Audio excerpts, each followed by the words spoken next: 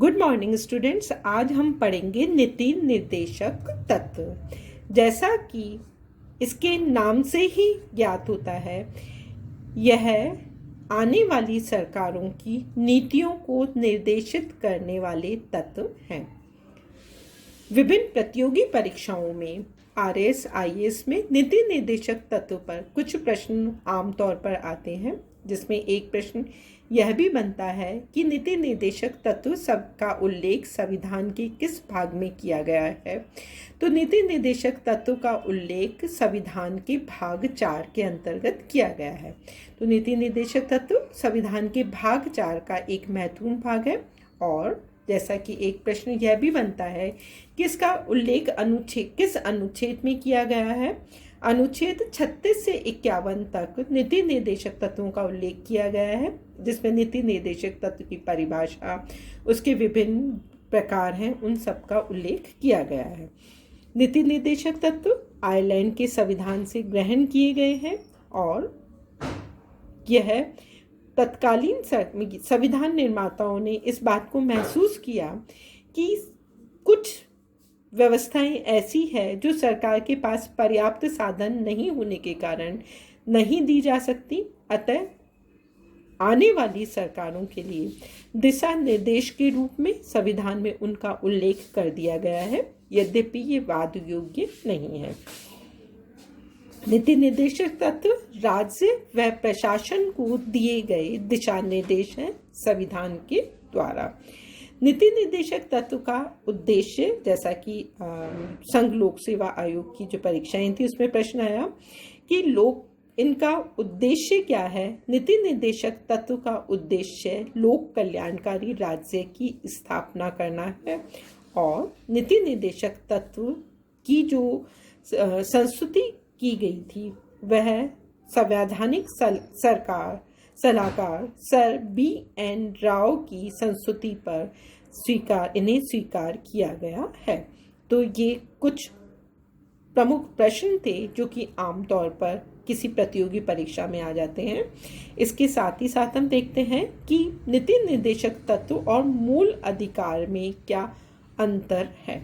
पहला जो अंतर है वह वाद योग्यता का है। मौलिक अधिकार वाद योग्य है, नीति निर्देशक तत्व वाद योग्य नहीं है। अर्थात यदि नीति निर्देशक तत्वों का उल्लंघन सरकार करती है, उन्हें क्रियान्वित नहीं करती है, तो कोई भी व्यक्ति न्यायालय में जाकर उन्हें लागू नहीं करवा सकता है। लेकिन यदि मौलिक अधिकारों का उल्लंघन होता है तो व्यक्ति न्यायालय की शरण लेकर उन अधिकारों को प्राप्त कर सकता है।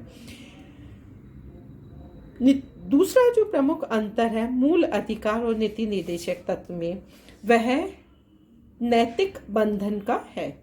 नीति निर्देशक तत्व राज्यों की सरकारों पर नैतिक बंधन है, यह कानूनी बंधन नहीं है।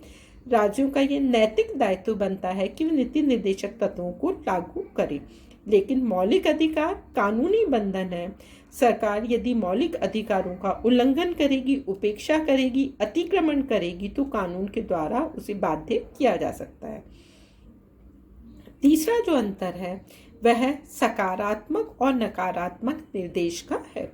नीति निर्देशक तत्व सरकार को दिए गए सकारात्मक निर्देश हैं कि अर्थात सरकार कुछ विशेष कार्यों को करने के लिए बाध्य किया गया है कि वह जन कल्याण के लिए इन कार्यों को करेगी। लेकिन मौलिक अधिकार राज्यों के लिए नकारात्मक निर्देश हैं जो राज्यों की सरकारों को कुछ कार्य करने से प्रतिबंधित करती है। अर्थात सरकारें नागरिकों के मौलिक अधिकारों का उल्लंघन नहीं करेगी। यदि वह उनका अतिक्रमण करती है, उल्लंघन करती है, तो न्यायालय के द्वारा उसे रोक दिया जाएगा। नीति निर्देशक तत्व जन कल्याण के लिए है, जबकि मौलिक अधिकार नागरिकों के व्यक्तिगत अधिकार हैं जो उसके व्यक्तित्व के विकास के लिए, उसकी स्वतंत्रता के लिए अनिवार्य परिस्थितियां मानी गई हैं। तो एक अंतर जो है वह जन कल्याण और नागरिकों के व्यक्तिगत अधिकार से संबंधित है।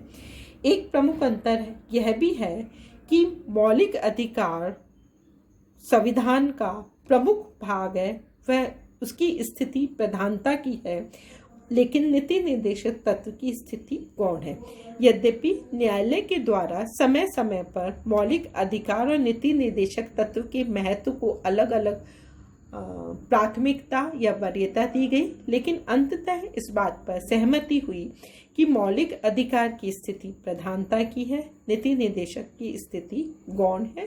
सरकार का यह नैतिक दायित्व बनता है कि वह इन्हें लागू करे, लेकिन हम जबरन इन्हें लागू या क्रियान्वित नहीं करवा सकते हैं।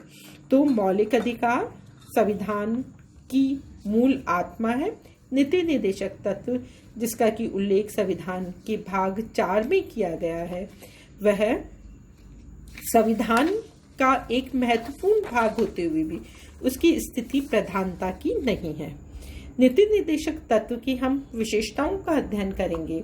नीति निर्देशक तत्व की पहली विशेषता है कि ये लोक कल्याण पर आधारित है। इनका मूल लक्ष्य लोक कल्याण है, चाहे वह लोक कल्याण बालकों से संबंधित हो, महिलाओं की स्थिति से संबंधित हो, महिलाओं और पुरुषों के व्यक्तित्व या गरिमा को बनाए रखने से संबंधित हो, या पर्यावरण या अंतर्राष्ट्रीय विश्व शांति या विश्व वसुधैव कुटुंबकम के सिद्धांत पर आधारित हो। अंतिम लक्ष्य इसका लोक कल्याण है। इसकी दूसरी विशेषता है कि ये सामाजिक सुरक्षा को स्थापित करने के लिए भी बनाए गए हैं।